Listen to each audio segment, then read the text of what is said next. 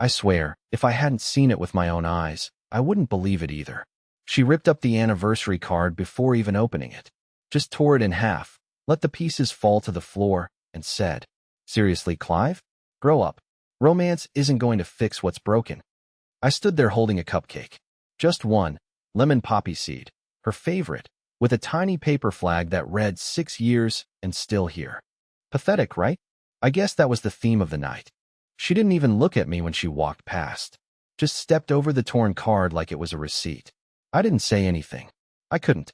I'd spent the entire week trying to plan something small, meaningful, something that didn't scream desperation, even though, deep down, that's what it was. Desperate hope that maybe she'd smile again. That maybe she'd reach for my hand instead of her phone. That maybe I wasn't the only one still trying. Instead, she disappeared into the bedroom and slammed the door. I sat on the couch, still holding that dumb cupcake, and stared at the silence. It felt heavier than usual. Not just quiet, final. I didn't cry. Not yet. I just picked up the card scraps, dropped them in the trash, and thought about how many times I'd done that exact same thing over the past year. And then I noticed something weird. Her keys were gone. Her gym bag, the one she never actually took to the gym, wasn't in the hallway. So I checked the bedroom. Door locked. No answer. I knocked and said, "Morgan?" Nothing. I texted. No reply. 30 minutes later, I got the real answer.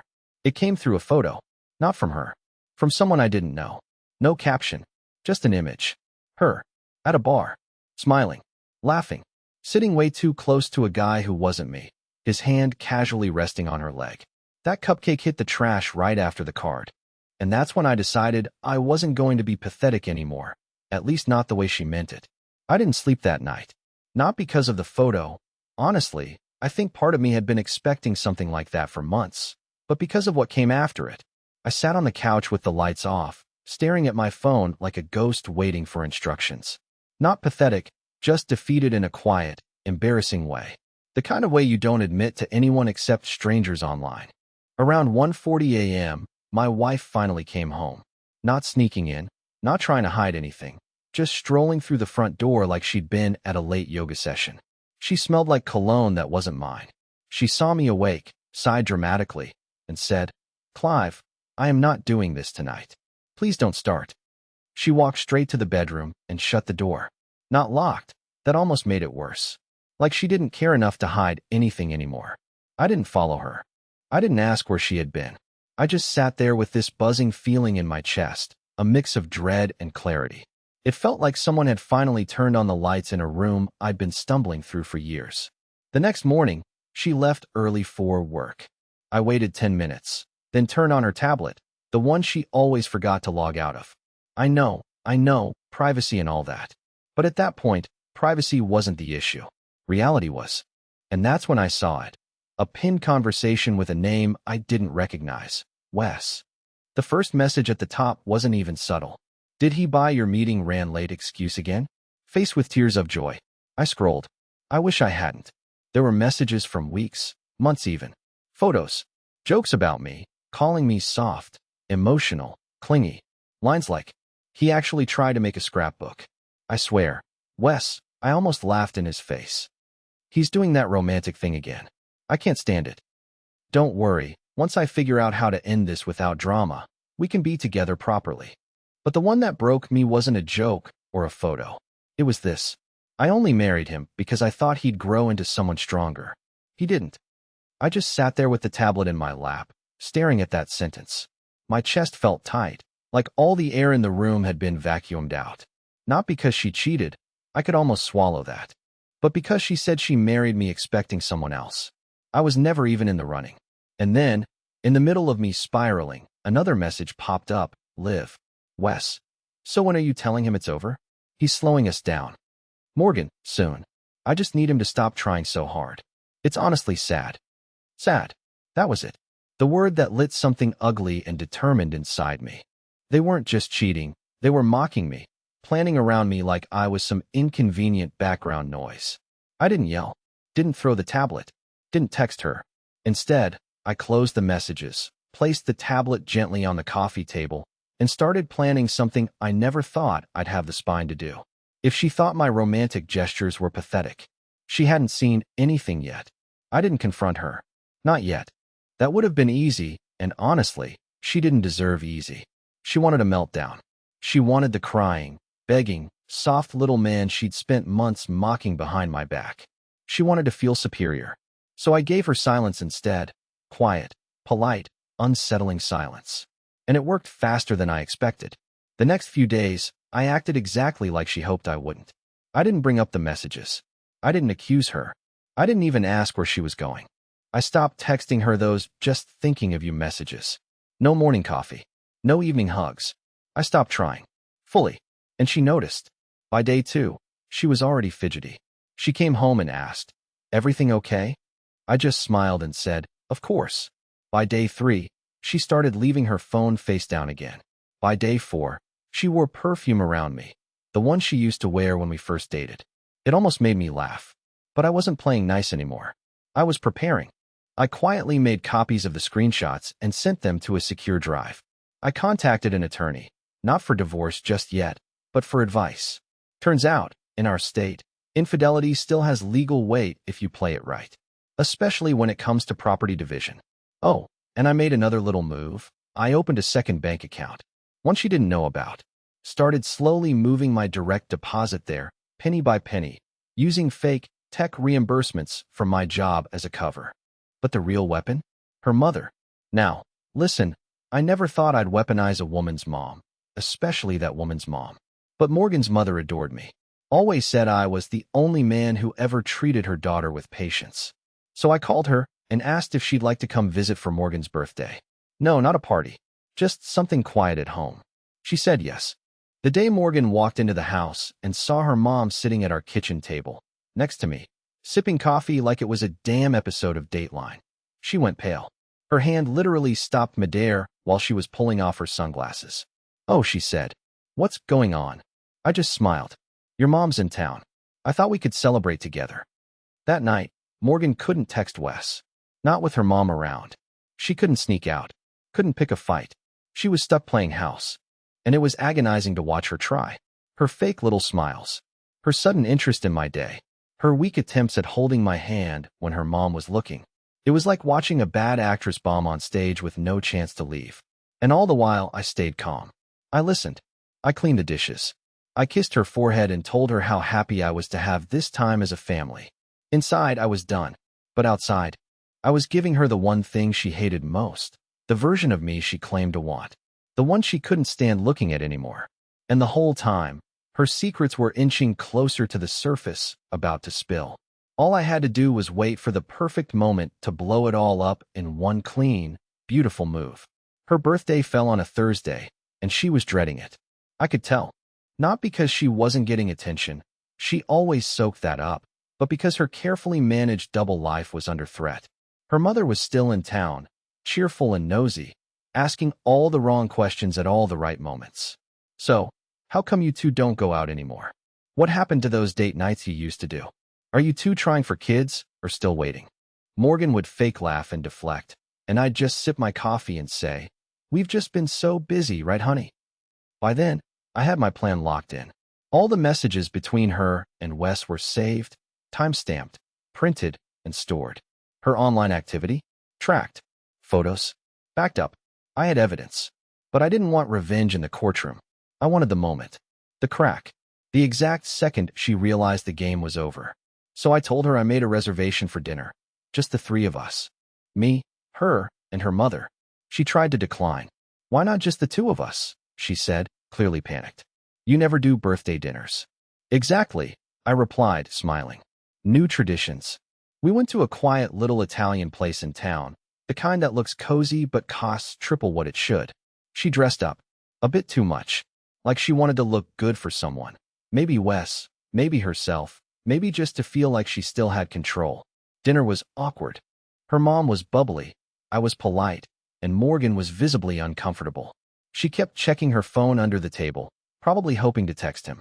But I'd already reconnected our home Wi-Fi to a monitoring app, and yes, she'd unknowingly backed up more than she meant to. I knew exactly what she'd typed before she even hit send. Then came the toast. I raised my glass and said, "To Morgan, 6 years married, 32 years alive, and Hopefully, a year of honesty ahead. She blinked. Her mom smiled. Honesty? She asked, raising an eyebrow. Morgan shot me a look. One of those sharp, dagger glances that said, "What are you doing?" I clinked glasses. Yeah, honesty. Because lies have a way of catching up, don't they? Still smiling, I reached into my jacket and pulled out a small, sealed envelope. She froze. This, I said, placing it gently on the table, is the reason we haven't had date nights. It's why your gym bag is never at the gym, and why your perfume smells different on Wednesdays. Her mom looked confused. Morgan went pale. She didn't touch the envelope. You know what's inside, I said calmly. And if you don't open it, I will. Morgan opened it. Inside were the screenshots. Dozens of them. Printed. Highlighted. Chronologically ordered. Her messages. Her lies. Her betrayal. All laid out like a resume of everything she thought she'd hidden. Her mother gasped. I sat back in my chair, letting the silence burn. Morgan didn't speak. She couldn't. Her lips moved, but no sound came out. Her mom looked at her like she didn't recognize her anymore. I stood up. Dinner's paid for. I'll be staying at a hotel tonight. Happy birthday, Morgan. And I walked out. I didn't go far that night. Just checked into a cheap business hotel 15 minutes away and stared at the ceiling for hours. Not because I regretted what I didn't. It was quiet satisfaction. A rare moment where I'd finally stopped begging for crumbs and stood up without raising my voice. But still, I couldn't sleep. You don't walk away from a 6-year marriage and just feel nothing. Even if it was dead long before you left the table. By the time I woke up, there were 12 missed calls from Morgan. Then 16. Then texts. Dozens of them. Can we talk? Why are you doing this? You didn't have to embarrass me in front of my mom. Come home. Please. Clive. I'm serious. We need to talk. You're blowing things way out of proportion. That one almost made me laugh. Proportion? She'd called me pathetic, cheated behind my back, and now she wanted to negotiate the scale of betrayal? But the longer I stayed silent, the more unhinged her messages became. It only took 48 hours for the panic phase to set in. She started texting from a different tone, less cold, more desperate. Voice messages came next. She was crying, rambling, saying she didn't mean the things she said, that I'd caught her at a bad time, that Wes was just a distraction because she felt unseen. I nearly threw my phone when she said that word, unseen. I'd bent over backwards for years just to get her to look at me. Then came the shift. She started blaming me. Full pivot. Suddenly, I was the reason things went south. She said I made her feel smothered, that I was too emotional, that she needed space, and I always pushed too hard. I read those words slowly, as if decoding some ancient, ridiculous script. That night, I went home, not to talk, but to gather what I needed. I timed it for when she was at work, and I brought 2 friends to make sure it all stayed clean and calm. Packed my things. Took only what was mine. Left the keys on the kitchen counter with a note that said, "You said romance was pathetic. Turns out, what's truly pathetic is pretending to love someone just to pass time until someone else comes along." No signature. She'd know. But here's where it got messy. When she came home and saw I'd left, she called the police. Told them I'd broken into our home. I got a call from an officer while eating lunch with my buddy. He asked me calmly to clarify my side. I explained everything, showed proof of my name on the lease, told him I'd had help packing, showed the time-stamped messages she'd sent me just hours earlier. The officer paused and then said, "Sir, I think you're going through a breakup with someone who doesn't know it's already over." That hit me hard, but it was true. In her mind, I was still the soft fool, the guy who'd come crawling back with flowers and forgiveness. But this time, there was no card, no poem, no cupcake, just silence. And that silence was finally louder than anything I could have said. 3 days after the dinner, I got a knock at the door of my hotel room. I wasn't expecting anyone, but when I opened it, I saw her mother. Not Morgan, her mother, holding a Tupperware container and wearing a look that said, "I've heard everything, and now I want to see the damage myself." She didn't say much at first, just came in, placed the container on the table, meatloaf, of all things, and sat down across from me like we were about to negotiate a ceasefire. I didn't know what to say, but she beat me to it. "She's been a wreck," she said quietly, crying, slamming doors, blaming everyone but herself. I nodded. "And you were right," she continued. "I read the messages. All of them. She left her tablet open after you walked out. I didn't expect that. I blinked. You read them? She looked me straight in the eyes. Every word. Now, let me tell you something about Morgan's mom. Her name's Nadine. Southern, classy, opinionated. The kind of woman who would apologize for sneezing but cut you with her eyes if you served boxed mashed potatoes. And she had never liked drama. Yet here she was, sitting in a hotel room with her ex-son-in-law-to-be, making me meatloaf and siding with me over her own daughter. She said you embarrassed her, Nadine went on, but honestly, she embarrassed herself. What she did to you, what she said about you behind your back, it made me sick, Clive. I didn't expect that kind of honesty.